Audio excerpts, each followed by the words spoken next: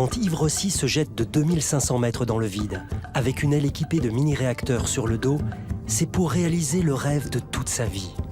Voler comme un oiseau, avec le corps comme gouvernail.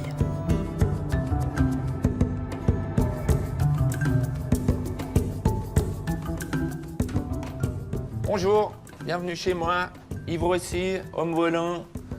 Venez un peu visiter mon boxon.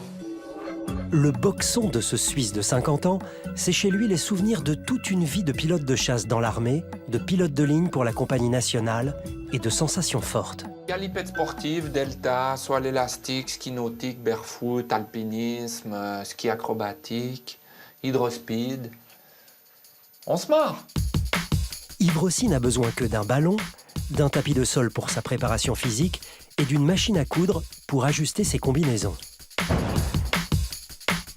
Depuis des années, ses terrains de jeu sont la nature, le ciel et son atelier. Donc les jouets volants, des jouets de plongée, d'alpinisme, de ski, de parapente.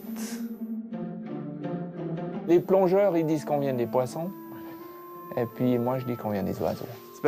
C'est tellement intuitif, tellement naturel que c'est dedans, là. Il y a longtemps, du temps des dinosaures. En vol, l'homme-oiseau risque pourtant sa vie. Très concentré, à chaque sortie, le moindre de ses gestes est donc minutieusement préparé. D'abord, je démarre mes réacteurs sur le marchepied. Là, on voit la porte de l'avion. Et puis, une fois que mes réacteurs sont stabilisés au ralenti, là, je sors.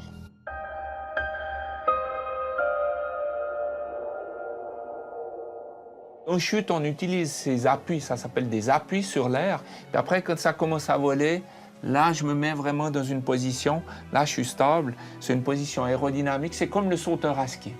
Un sauteur à ski sans les skis. En gros, là, je suis à 220, 230 à l'heure en bas. Là, bon, j'ai tourné un tonneau. Mais même, je l'ai trop envoyé. On voit, j'ai sorti un peu la main. Puis, de nouveau, là, j'ai dû stopper en prenant appui sur l'air. Le but de ce projet, c'est de voler comme l'oiseau, comme le gamin qui joue à l'avion, vraiment revenir à la base, c'est voler avec son corps, et que avec son corps. C'est un peu surnaturel. Normalement, je vis ça quand je suis dans un avion. Mais là, je suis à poil. Donc, c'est un peu spécial comme feeling, d'être... il faut un peu se pincer, quoi, pour se dire, je suis là ou je suis en train de rêver, là. Non, c'est du vrai. L'homme-oiseau a réussi en septembre 2008 son premier exploit.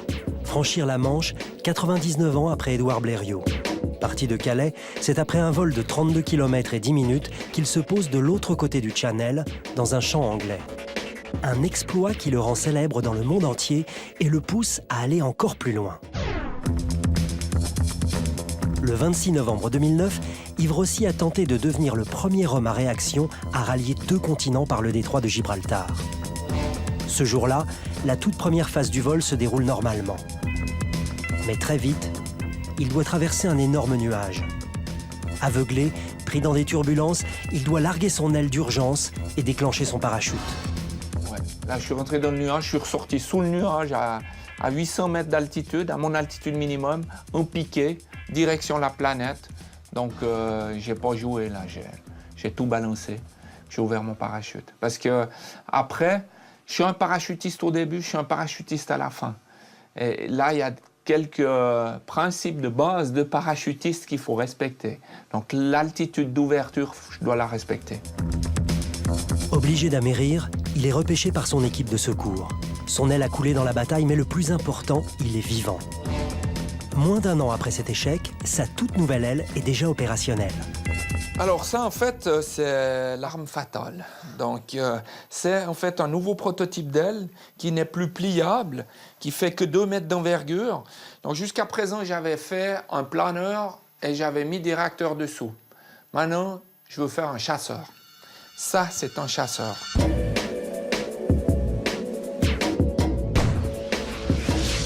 Grosse patate, 4 réacteurs, les mêmes qu'avant, mais bien de la patate.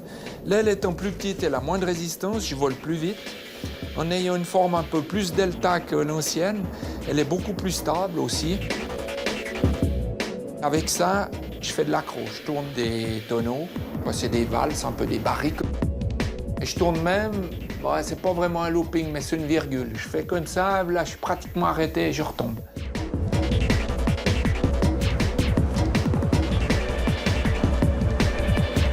C'est chaque fois un peu quand même des épreuves, mais qui se transforment au fur et à mesure de l'entraînement et de la routine en... Ouais, c'est presque jouissif, quoi. C'est de l'ergasme.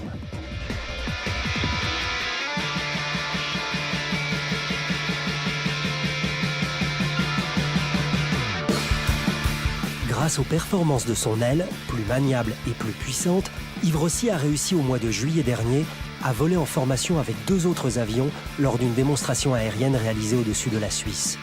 Un exploit qu'aucun autre homme n'avait réalisé jusqu'alors.